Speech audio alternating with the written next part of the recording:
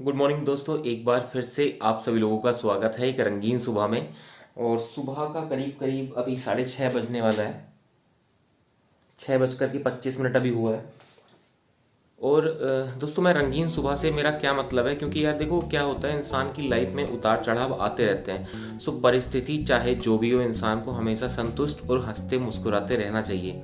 और ये बात मैंने आज सुबह सुबह इसलिए बोली है कल, क्योंकि मेरे पापा हैं वो काफ़ी उदास थे। उदास होने का उनका रीज़न ये था कि पिछले 4 से 5 साल से उनकी मेडिसिन्स चल रही हैं, लगातार वो बीमार है, क्योंकि he got fungal infection in his lungs. काफ़ी लंबे समय तक अगर इंसान को कोई भी बीमारी रहती है तो एक समय ऐसा आता है जब वो उससे बिल्कुल एकदम परेशान रहने लगता है। मैंने उनको समझाया यार, कई बार ऐसा होता है लाइफ में कि जब हम बाहर निकलते हैं, बाहर निकल करके देखते हैं कि लोगों के पास इतनी बड़ी बड़ी समस्याएं हैं कि हमारी समस्याएं उनके सामने कुछ भी नहीं है। एक स्टोरी मैं आपको सुनाऊंगा। तकरीबन 1-1.5 साल पहले की बात है। पिछली साल आई थिंक जनवरी की बात है। पिछले करीब 4 साल से हम मेरा एक दोस्त है तोमर, मैं और वो, हम दोनों लोग जो ब्लैंकेट होती हैं वो जनवरी या दिसंबर के महीने में बांटने के लिए निकलते हैं।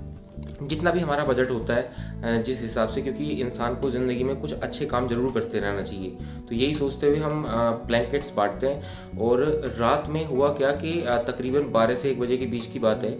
एक लेडी थी और वो जो नाला होता है, जीआईपी मॉल है जो सेक्टर 18 में, उसके बाहर नाले के ऊपर का जो फुटपाथ होता है उसके ऊपर रात को 12 से 1 बजे के बीच एक आप सोचो, उसने ट्राउजर पहना था और एक शर्ट उसने पहनी थी।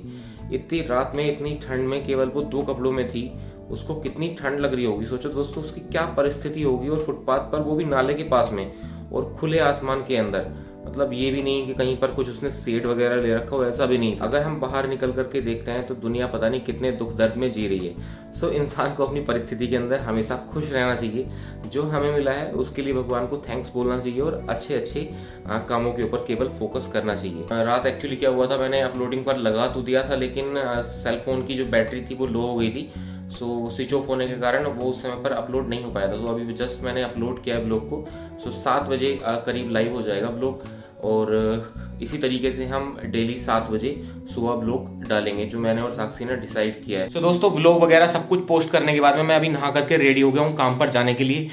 फिलहाल मैं अभी चलूंगा काम पर और फिर हम ब्लॉग को कंटिन्यू करेंगे मेरा जब काम खत्म हो जाएगा उसके बाद शाम में। और क्योंकि मेरी शेविंग काफी लंबी हो चुकी है, हालांकि ये तो ठीक है ऊपर वाला पोर्शन है, तो आज मैं इसको भी ट्रिम करा लूंगा, सेट करा के आऊंगा। अगर गाँव की लैंग्वेज में बोलूँ तो मैं आज हजामत बना करके आऊंगा। हमारे यहाँ पर गाँव में जब शेविंग या बाल कटाते हैं तो उसको हजामत कराना बोलते हैं। आप लोगों के यहाँ पर भी कुछ ना कुछ जरूर बोलते होंगे।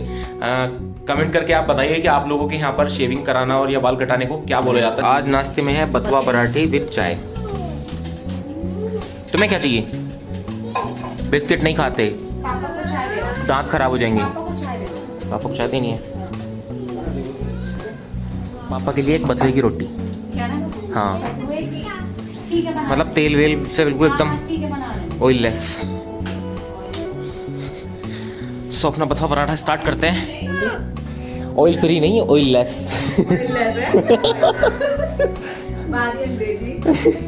अब पता है ना, तो इंग्लिश में थोड़ा हाथ तंग है हमारा।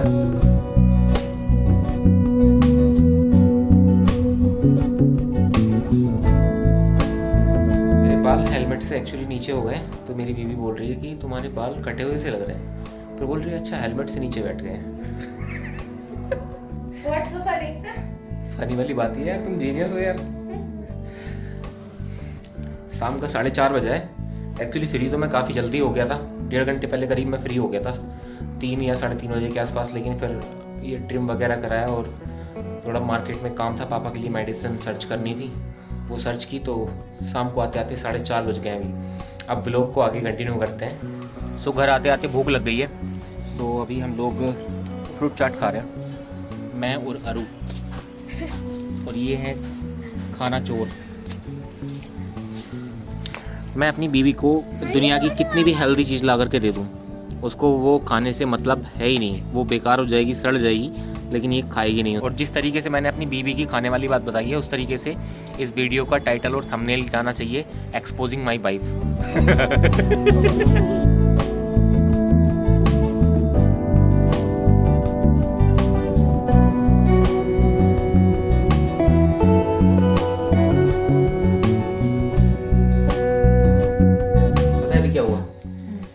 मेरे पास सो रही थी ऐसे, देखो अभी थोड़ा उठी, तो पता है ये बहुत तेज तेज सांस लेकर के सो रही थी। फिर मैं कुछ कर रहा था, व्लॉग एडिट कर रहा था मैं, तो जब इसकी सांस की आवाज़ थोड़े को मेरे कानों में आना बंद हो गई, तो मैंने कहा इसको क्या हो गया यार, तो मैंने फिर इसको पता ऐसे ऐसे फिर इसने बहुत तेज सांस, मैंने कहा हाँ चलो ठीक है सब सही है, सो रही है।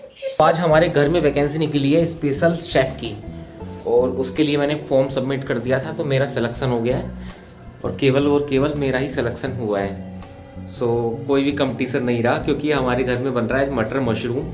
तो भाभी की हो रखी है तबीयत खराब, और साक्षी को मटर मशरूम बनाना आता नहीं है अच्छे से, आता तो है उसको लेकिन अच्छा नहीं बना पाती है, अभी ज़्यादा प्रैक्टिस नहीं है मैं ये बोलूँगा। सो मैं जा रहा हूँ मटर मशरूम बनाने के लिए। अब क्योंकि मेरी आदत है कि जब मैं किचन में कुछ भी काम करता हूँ तो बहुत सारे बर्तन वगैरह बहुत सब कुछ इधर उधर फैला देता हूँ। जब भी मैं किचन के अंदर आकर के खाना बनाता हूँ, साक्षी हर बार ये बोलती है कि तुमसे खाना बनवाना तो बेकार है, क्योंकि तुम इतनी ज़्यादा मेहनत करवा देते हो, इससे अच्छा तो मैं खाना खुद ही बना लूँ। और वो खड़े खड़े हंस रही है, हंस नहीं रही, प्याज लग।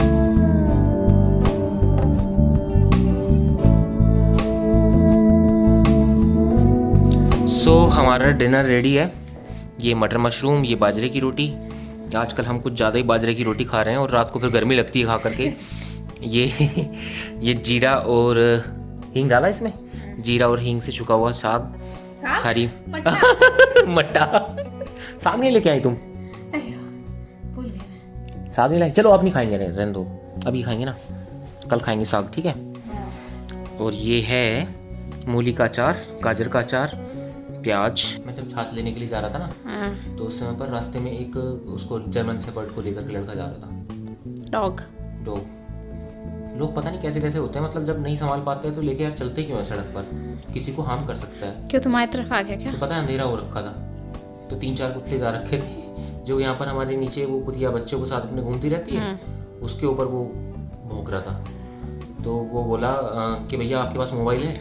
मुझे लगा यार अंधेरा हो रहा है, टॉर्च दिखाने के लिए बोल रहा हूँ, मैंने टॉर्च दिखा दी।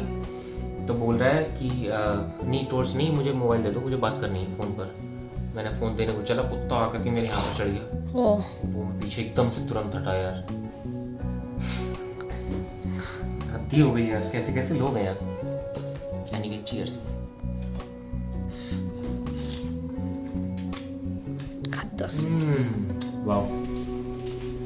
गर्मा गर्म जलेबी, जलेबी वाला जलेबी लाया तुम्हारी फरमाइश पे, मजा आया। सो दोस्तों ये था हमारा सेकंड व्लॉग।